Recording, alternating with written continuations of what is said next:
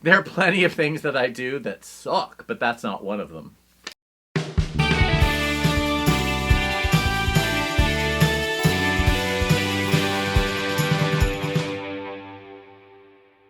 British playwright.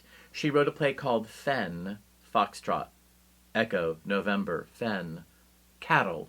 Caryl Churchill. And I think Carol might be spelled with a Y. Not as the initial letter, but somewhere in there. But I could be wrong. It has a cast of about 8 or 9, and it's all about sex. Act 1 takes place in imperialist British colonial Africa, and Act 2 takes place in what was then the contemporary era, like the early 1980s. Lots of cross-gender casting. If you're under 30, you'll be like, what does that even mean? It was a thing. It's like a thing. It was a thing. It was a big thing. Joe Papp did something similar with Shakespeare in the Park. He did a lot of playing around with roles that were traditionally considered only to be played by this type of person. So having a Nuyorican play Henry VIII. What? Yeah, it was fine. It was okay. It was okay with New York, at least. And you know what? The rest of the country can piss off. So I saw a production of this, and someone I knew who is dead, he was quite gifted.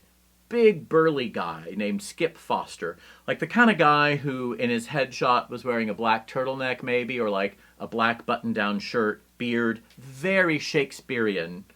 And all I can think about from Cloud 9 is in Act 2, the character that he played is an 8-year-old or 6-year-old girl. So here's this giant guy in a crazy, like, fright wig. And there's one scene where all that happens is it's like between this and that.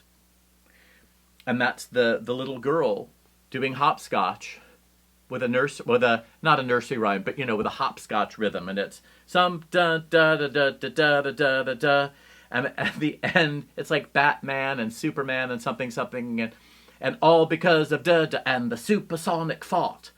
It's the funniest thing.